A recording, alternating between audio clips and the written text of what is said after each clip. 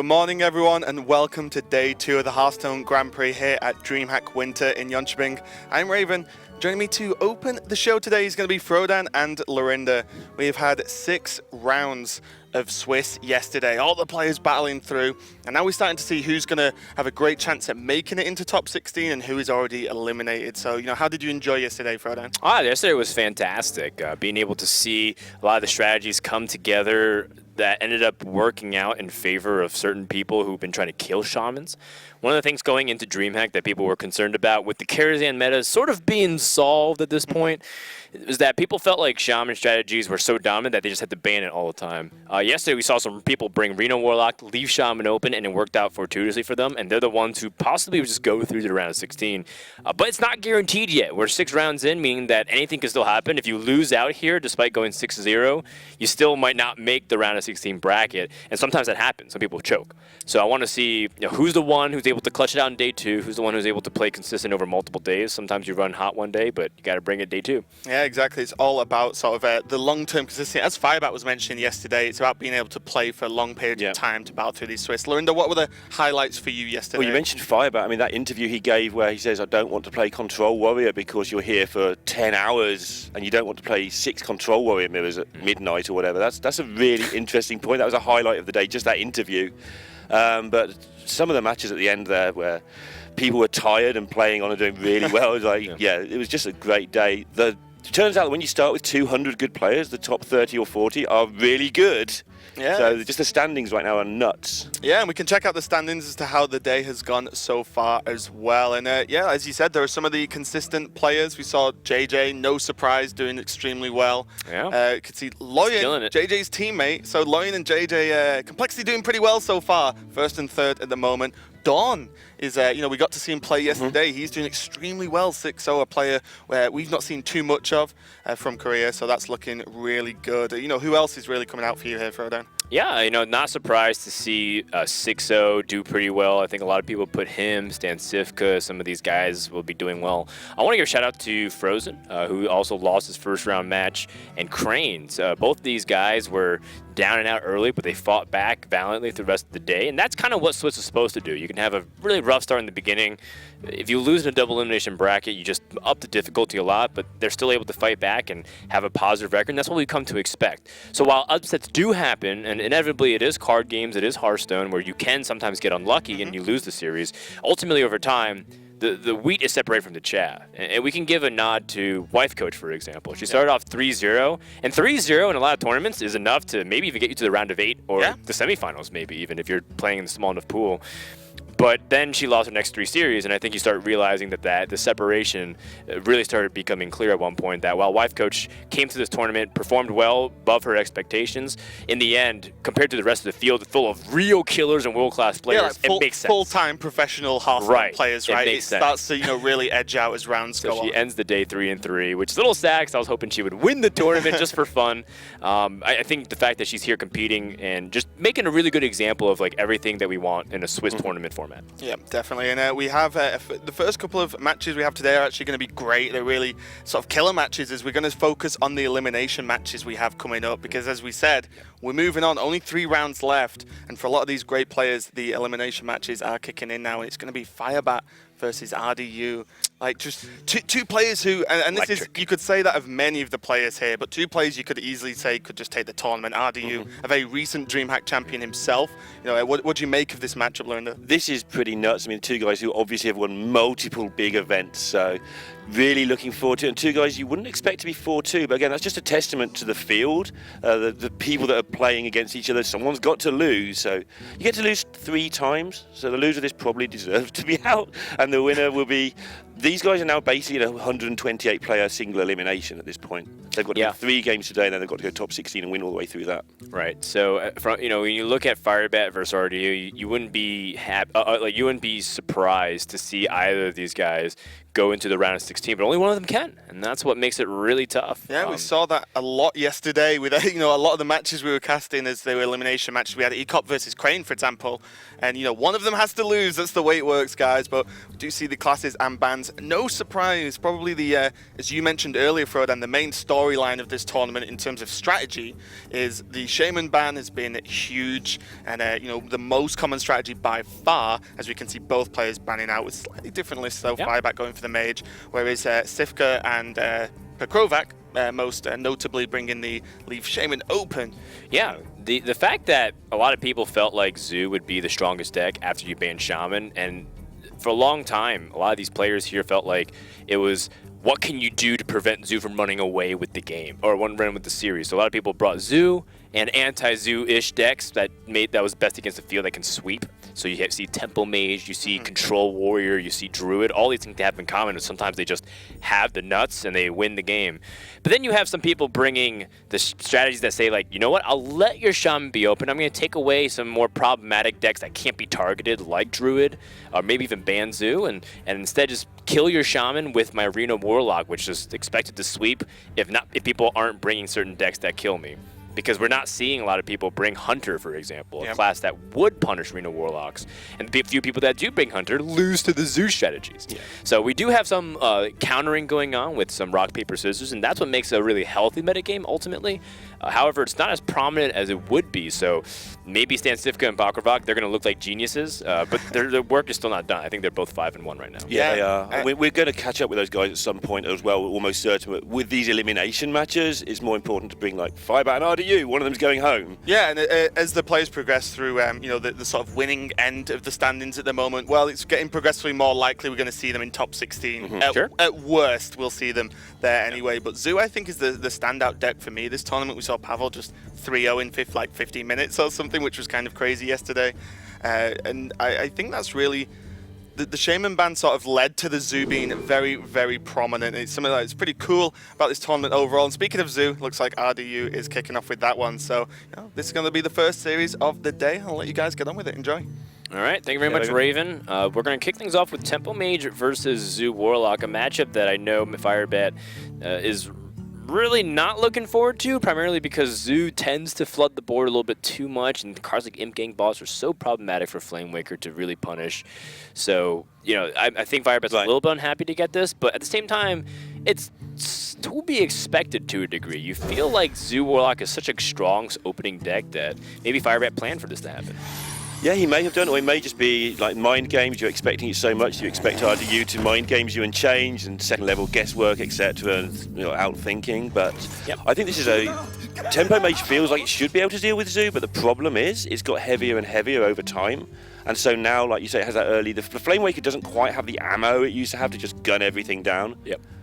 You know, the fact that Zoo starts off so commonly is also largely in part due to the fact that you don't want to let things like Druid go through. So Druid is also a very good starting point, and Zoo's one of the best counters to Druid. I mean, Druid doesn't have many things that really do that well against it. Control Warrior being like pretty good against it, and Zoo being another one.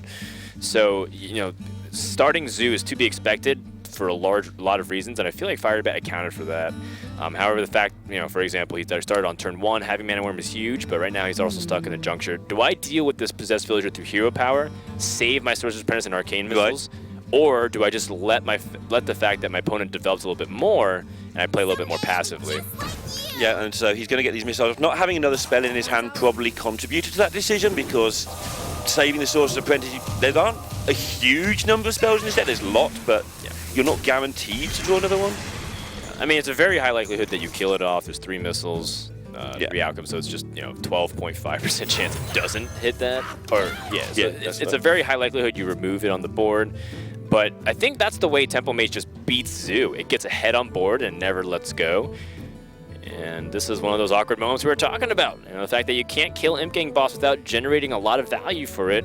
And ultimately, if any of those small little things stick, things like Abusive Sergeant and Direwolf Alpha get a lot better. Yeah, Zoo's minions like their friends, and at the moment, Imp Gang Boss just makes you a lot of friends. Unless you're playing against it, in which case it makes you a lot of enemies. Let's see, what's the best move in this scenario? Can you actually clear everything? I think you can. If you use Arcane Blast and your hero power, you should actually be able to remove the Imp Gang Boss totally. And then Sorcerer's Apprentice or Mana Worm can stick around. Given the fact that you don't have any spells in hand, I feel like Sorcerer's Apprentice has more upside because it helps you squeeze in more efficient plays. as opposed to Mana Worm. So if you had to choose one to keep, I'd probably keep the Sorcerer's Apprentice because it just opens it up more. Yeah, Firebat there would have just for a moment in some situations also considered, can he just start going face, but with no direct damage in hand apart from Ragnaros, which isn't reliable against Zoo at all. He would have just considered it, I think. But there's just you can't burn out Zoo from 23. It's just going to kill you in the next 3 or 4 turns if you do that. Okay. I mean, keeping Mana Worm does mean that if he picks up anything from Fireball, he should be able to play it. I think there's only a handful of spells he wouldn't be able to play, like Firelance Portal, which does make sense in hindsight. So, in the end, it didn't really matter. As you can see, it got Moto Coiled, which is the ideal scenario for RDU. And this is just the power of Zoo. I mean, the Tempo Mage had a perfectly respectable start that would probably have just beaten most decks there, and the Zoo's ahead on board with a hand of 4 more cards already. That doesn't seem fair somehow. Yep. Darkshire Councilman, pretty annoying for Firebat to deal with, considering that he has to play Azure Drake, which would feed pretty easily into into the board. But at the same time, what's really scary is that RDU is starting to flood the board and get ahead of Tempo Mage. And Tempo Mage is stuck with cards like Ragnaros, which can do stuff, but it's really clunky and really delayed from this point on. And again, now Firebat's got the other issue that you can sometimes get against Zoo. I've got starting to get the cards that he wants, but they're too slow. Even 2 mana Frostbolt is too slow. You've got to occupy that board. Very easy trade with the Voidwalker this turn available for RDU. Just completely vulnerable to how far this Darkshire Councilman can push the tempo, or push the damage, excuse me. And Firebat's in a really bad spot. He does have double Frostbolts, so being able to stall the board might really help if he's able to pick up other things like Flame Strike. Yeah, and Flame Waker. Flame Waker is pretty good too. Something here that RDU's managed to solve, sometimes the double Librarian in your deck can really make a mess of things. I know you want to discard Silverware Golems, but when you start picking up Soulfires and Librarians and stuff together, sometimes you just get a real mess. Yeah, that's a really good point, Lorendos. A lot of times people cut one of them to replace with a tech card. Ooh, interesting. Well, that makes it a lot easier to deal with Darkshire Councilman. Before you were stuck in a Frostbolt and Prey scenario that your opponent can't deal like Defender Vargas, but that makes it much cleaner. Oops, so does that. That makes it very good too. Darkshire has been discarding Silverware Golem. And again, at most, the Mage deck will probably play 1 Flame Strike with no Shaman. It may not play any because you can ban the Shaman out. So. Yeah, I mean, Flame Strike when you ban Shaman is a lot worse, so perhaps you could just top out at Ragnaros and 2 portals, and that's it. Here we go. Maybe that's why he put Yoxeron in his deck. Right, that's a good point as well. Just as a clear if really desperate. And we saw last night that can work. That worked pretty well for Crane. Okay, so 5 health on the board, 5 missiles from Arcane Missiles. Not really feeling it as likely to clear, but with the 4 targets, there's a lot of math that goes into it. Oh my goodness. Oh wow, that's absolutely terrible. Yeah, it was one of the worst case scenarios where it just only killed 1 minion and went 3 to the face, excuse me. And all RDU has to worry about now is, do I lose to Flame Strike and is Firebat playing it? And round 7 in a room like this, people know people's text cards. Especially when it's RDU and Firebat. They will have asked around, what's RDU playing, what's Firebat playing, does he have a Flame Strike, blah, blah, blah. So he knows to just go all in here. RDU prioritizing doing more damage this turn by using the Direwolf Alpha buff. Could have separated. Wow, if he doesn't have Flame Strike, there's a way to get it. Yeah. Yeah, and not just Flame Strike, but Blizzard is also super impactful in this position. I think Firebat's going to start going for the Hail Mary play. Does not reach it. I know RDU always feels a little nervous at this point. When you see your opponent play a Babbling Book, oh, it's scary. And here come all the spells, way too late for the synergy cards that have already gone. Yeah. Starting to look grim, and being on 22, sometimes you're a bit scared of Zoo tapping against Tempo Mage, but being on 22, RDU is just going to be able to fill his hand back up. Well, he's still alive for now. Right now there's only 7 on board with no demon to buff, so if he gets Doomguard, the game's over. RDU does not find it, and that means Firebat has an opportunity, a chance. Not very high chance, but he's still in it. I'm wondering if RDU just uses this Demon Fly. He's going to save it, I assume, if he gets a Demon, just to buff it out of any potential burn range, but... Yep. Decision now whether he needs to get rid of this. I think he's just gone with the plan, I'm just not going to let you have a minion, that way every point of damage that could go to my face that is dangerous, I'm just going to get rid of. That was interesting that he chose to go for the 2-1 there. I think he makes his board a little bit more resilient to Flamewaker in case his opponent draws a second one. He does miss the opportunity to Doomguard lethal if his board got cleared or frozen. I guess with Knife Juggler, that gives him an ability to add 1 damage. But RDU prioritizing the board's strength. Yep. And he's still got lethal with so many different combinations of these cards as well.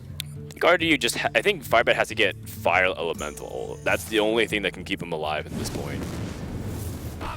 And worst case. Yeah, not really happening for Firebat, but this is somewhat to be expected given that Zoo is so powerful when you ban Shaman, because Shaman is one of the counters to it. And Freeze Mage is so unreliable in Last Hero Standing due to the advent of Druid and Warrior's popularity that it feels like you can't bring a deck like Freeze Mage. And also not to mention that traditionally we had a lot of decks that was good against the Zoo Warlock. Back then Rogue actually had a really good chance against it. It's not that good right now. Hunter used to be good against Zoo. It's not good against it right now. So. And another problem if you bring Freeze Mage is you might leave Shaman open. But the problem with that is a lot of the Shaman decks are teching against Freeze Mage because if they're going to be left open, they know they're probably playing against Freeze Mage. So you can't even risk leaving it open and bringing Freeze Mage anymore. All right, well, we're going to the Zoo Mirror, which is a lot of players' fundamental strategy, actually. They specifically thought going into this tournament that it's going to be determined by Zoo Mirrors. And you can see Firebat already accounting for that. He has a Forbidden Ritual in the deck, which is not a traditional pick anymore. People put Forbidden Ritual with Whispers of the Old Gods, but ever since the discard Zoo started becoming very popular with Silverware Golems coming in Karazhan, people have stopped putting it in, and I like it. Forbidden Ritual is one of the only ways you can come back on the board as Zoo. And it's a very clever piece of tech that I hadn't spotted earlier in the tournament because I haven't cast Firebat yet. But yeah, the thing is, obviously, when you've got this lineup similarity where Zoo just beats Tempo Mage and Druid, let's go trivializing it. Obviously, you have to actually play the game.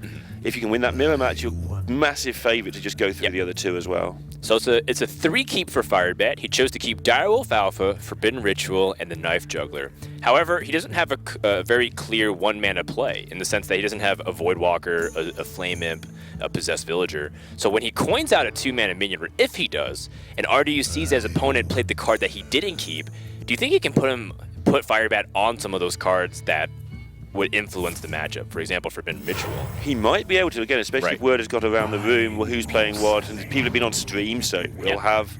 And yeah, I think he definitely can. RDU is one of these players who does. He says he doesn't think that much about what people have kept. He says he tends to second guess himself, and so he thinks about it and then forgets. He just notes how many cards they kept for a rough idea. But he was saying that when he tries to do that, he actually just plays worse because he guesses on cards that they haven't actually got. I know Firebat certainly plays into those reads, but you definitely can see the impact of Firebat's choice starting to be a little awkward. But he just pick up Demon Fire. That's a way to kill the Direwolf Alpha if he wants to give his opponent free development of the board. But again, if you're RDU, you saw Firebat keep the 3 most left cards in his mulligan. And he didn't play anything on turn 1 or 2 that was significant from it.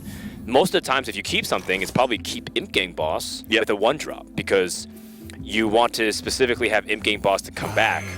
So I think if RDU is paying close attention, he's going to be able to catch on to some of this tendency for Firebat and really play around those swing opportunities. Yeah, even a player who doesn't read or who claims not to do big reads is going to look at this and go, what is actually happening here? And I think we'll see him take quite a bit of time, not only this pick, but at the back of his mind it's got to be what's actually happening. I mean, Firebat is a former world champion, as you all know.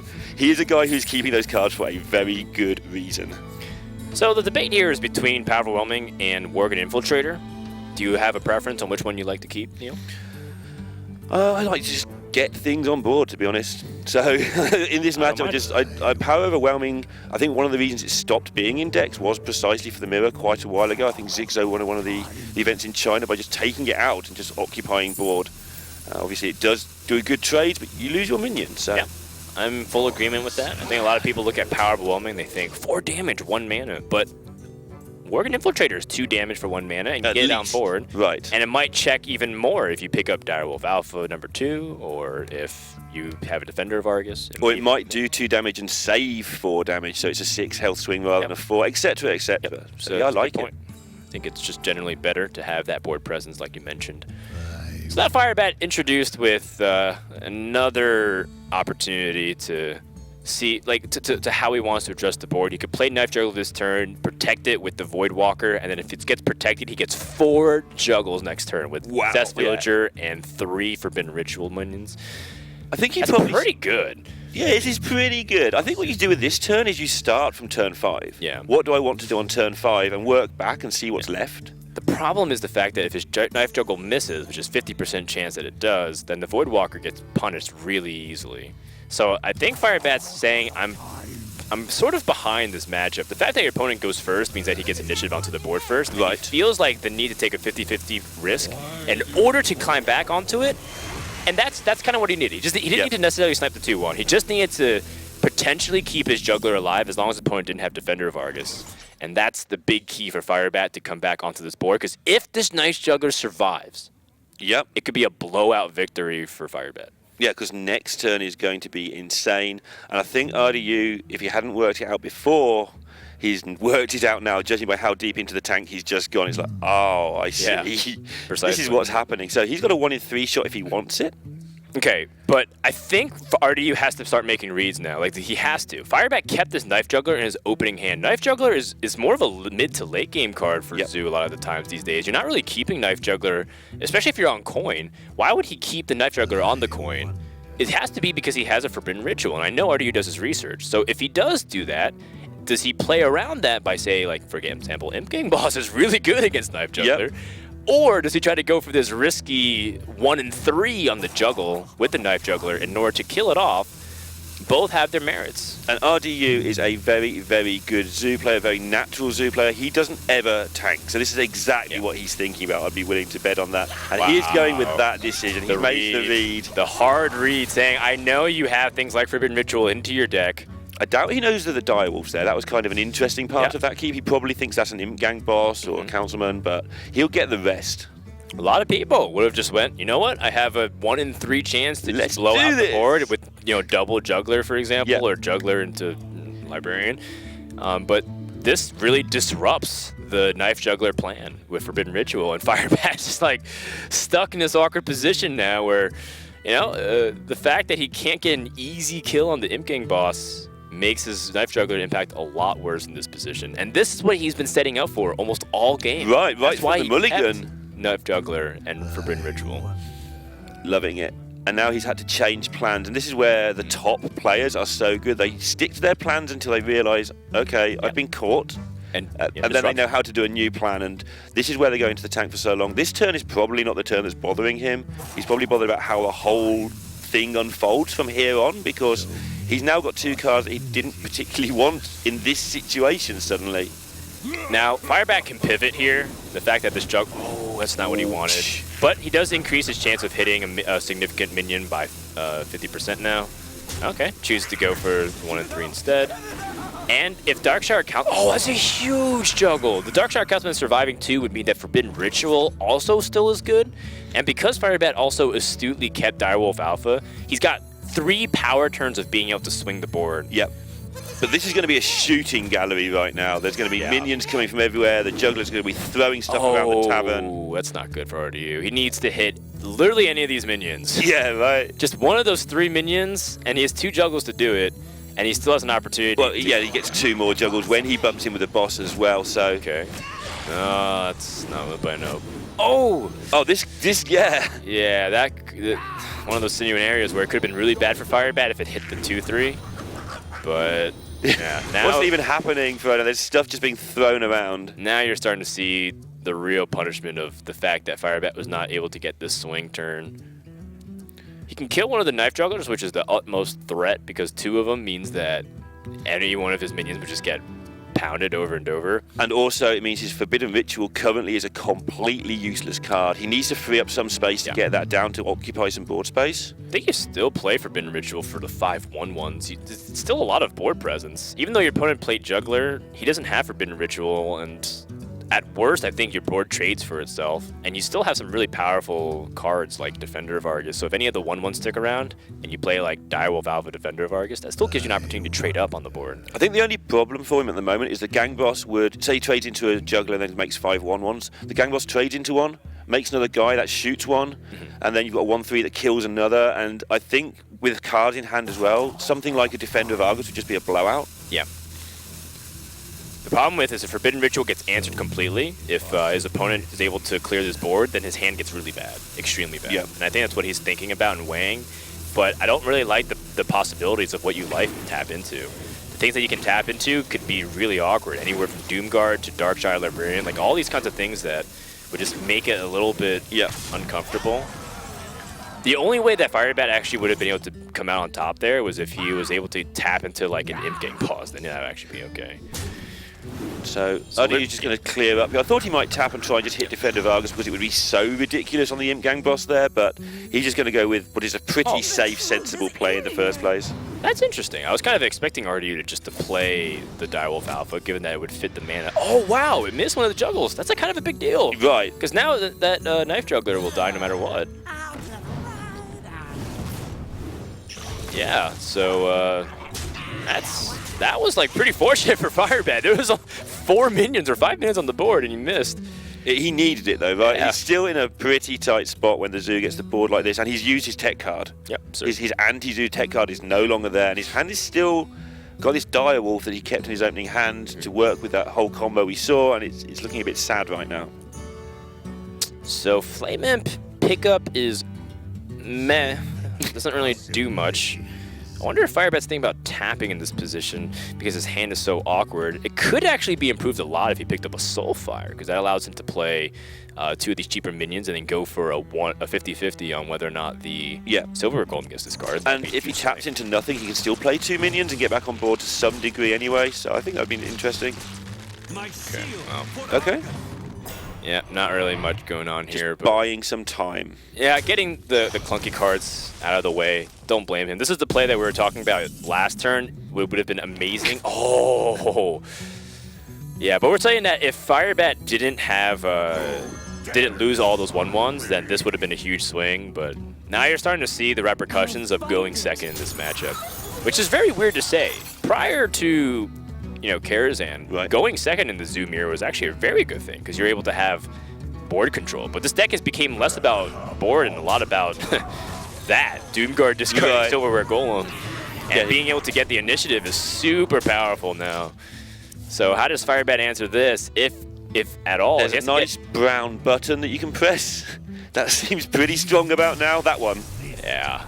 Well, Firebat concedes, and that means he's down to his last deck. Temple Mage gone, Zoo Warlock gone, and that means only Druid remains. And that is one of his weakest matchups. And he's got to win 3 times. Even if he gets through the Zoo, RDU is still going to have a good chance. So Firebat got it all to do to stay in this tournament.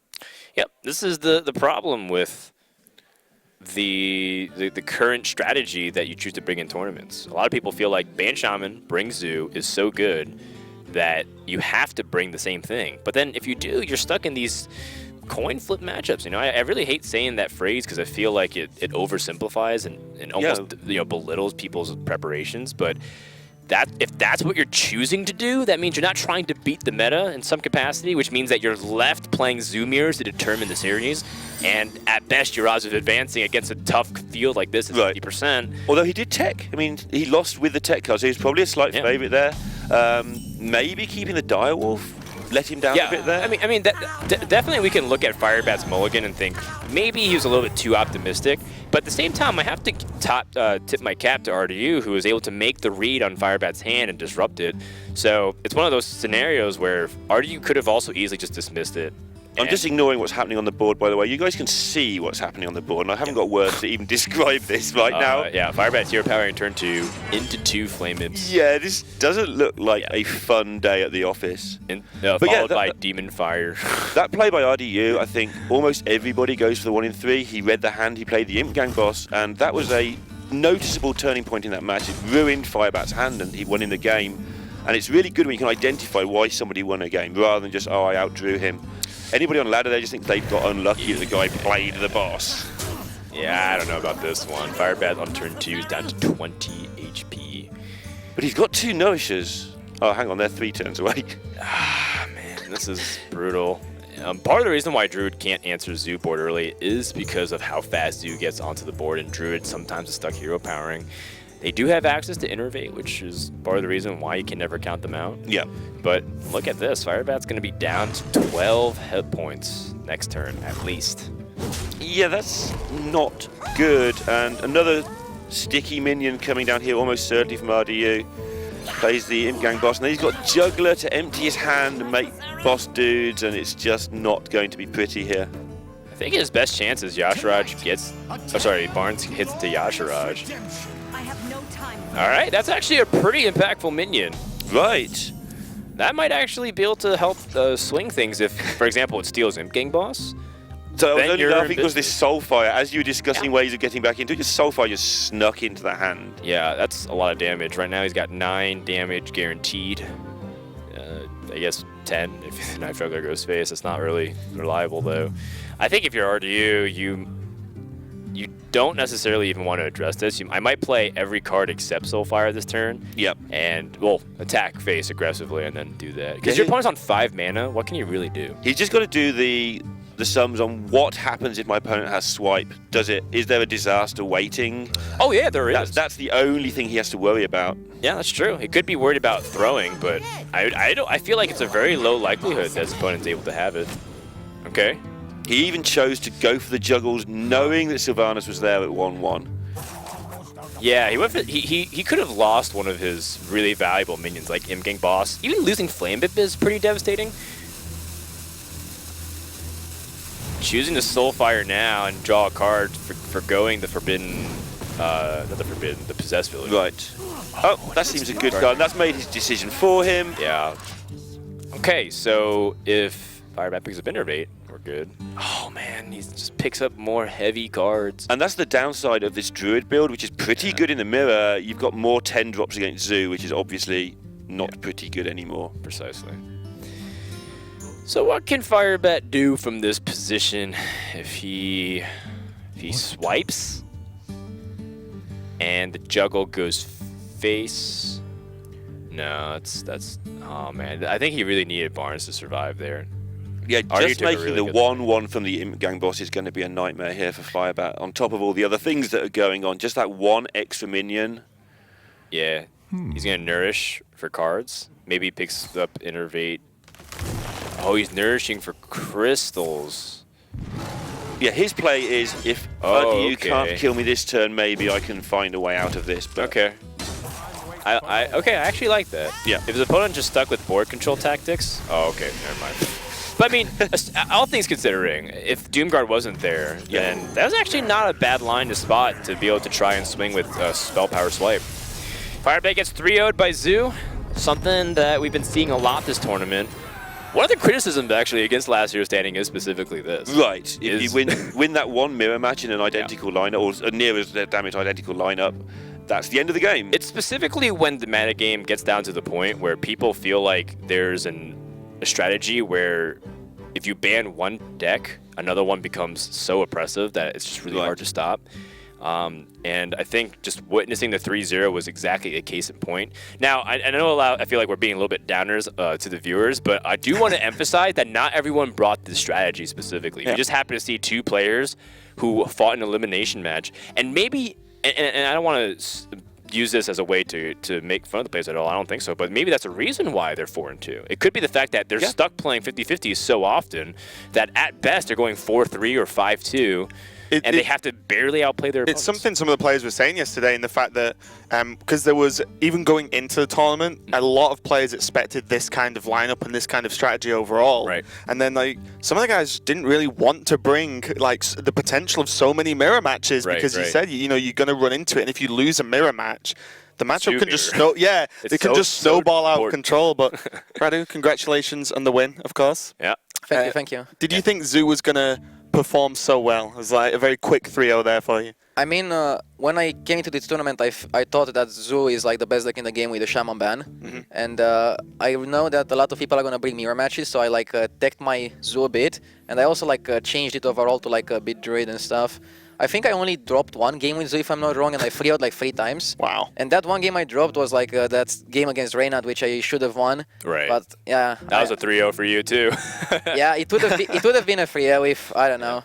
Like, I just couldn't focus that series, but yeah, whatever. Like, now it's another day. I'm 5-2. I can still do it, and I can still RDU it. Yeah, RDU it. There was one play that I really liked when I mean, did you pay attention to Firebat's mulligan at all? Like he kept 3 cards in the zoo mirror, and then he didn't play. Like he coined a turn 2 play. Yeah, and he played juggler behind the Voidwalker on a clear turn that was awkward. So it felt like you were making a good read that turn. Yeah, like I think he missed the 1-drop, so he was forced to coin. Right? That's it. Well, he kept 3 cards. He kept Direwolf Alpha, Juggler, and Forbidden Ritual. That's a bad keep, I think. We thought it was risky, but like maybe he felt like that was. I mean, Forbidden Ritual in the Zoom mirror with Knife Juggler is really good if you're able to pull it off, but it also messed up his mulligan because he didn't have a turn 1 play, so he coined a Dark Peddler, which was really awkward. I'm not even sure about my mulligan. Like I kept the Possess and I kept the Direwolf Alpha. That's in the middle. Like I'm not sold 1-3s on it. But in the other games, like against Druid, having the double flame him, that's pretty with Demon Fire, it was like turn 3 from the 12 health. It was like, Undertaker's got nothing on this. Yeah, how has Demon Fire been performing overall? Because it's one of those cards that sort of just makes an appearance now and again in Zoo, and obviously we've seen like you brought it, really Reynard's brought it as well. Yeah, but like people are cutting wrong cards. Like I cut an Argus for it. I think Argus is like very clunky, and I like my abusives. Abusives are really good to like do some value trades. Yeah. Like some people don't like abusives. Like Reynard, I think he cut abusives, but that makes his mirror match a bit worse. So he thinks his mirror is like insane, but it's not that insane. Argus is like a really good card in the mirror, but it's like so clunky. And like I figured out that the games you lose are like because of Argus. It was mostly also like Ecop's idea. Like Ecop like pitched it to me, and then I saw like That's interesting. I tried it out and it worked really nicely. I've seen people cut a Librarian. I've seen them cut Abusive. I've never heard of cutting Argus because people feel like it's so core to what Zoo wants to do. So that's a really interesting thing. But I love when people do that. You know, when people like say like Mountain Giant, you cut in Handlock. I was like, what? And then it was like, oh, that was so smart. So it's cool stuff. Cool stuff. Well done. Yeah, no, so really good. You know, you've saved yourself for the moment at least in the tournament. You were still a fighting fit. So congratulations again. Thank you. Very well played. Very well played. And that's going to be us for now, at least. We're going to just prepare for the next round. We've got, I think we've got the next game. Yep. Up, actually. I thought it was finished, but I'm wrong.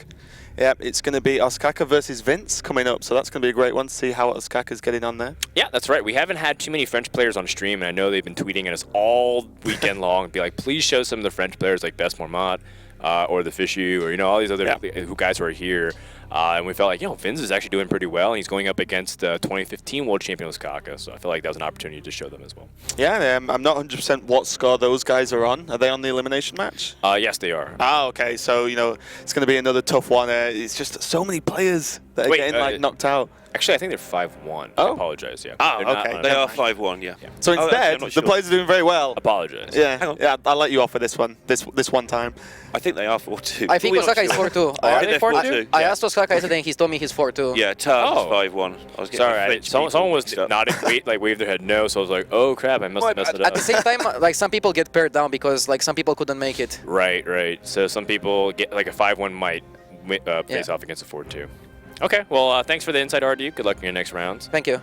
And for now, I guess we're going to head to the game. So Yeah, I'm pretty sure these guys are 4-2 because I went through all the 5-1s earlier with my regular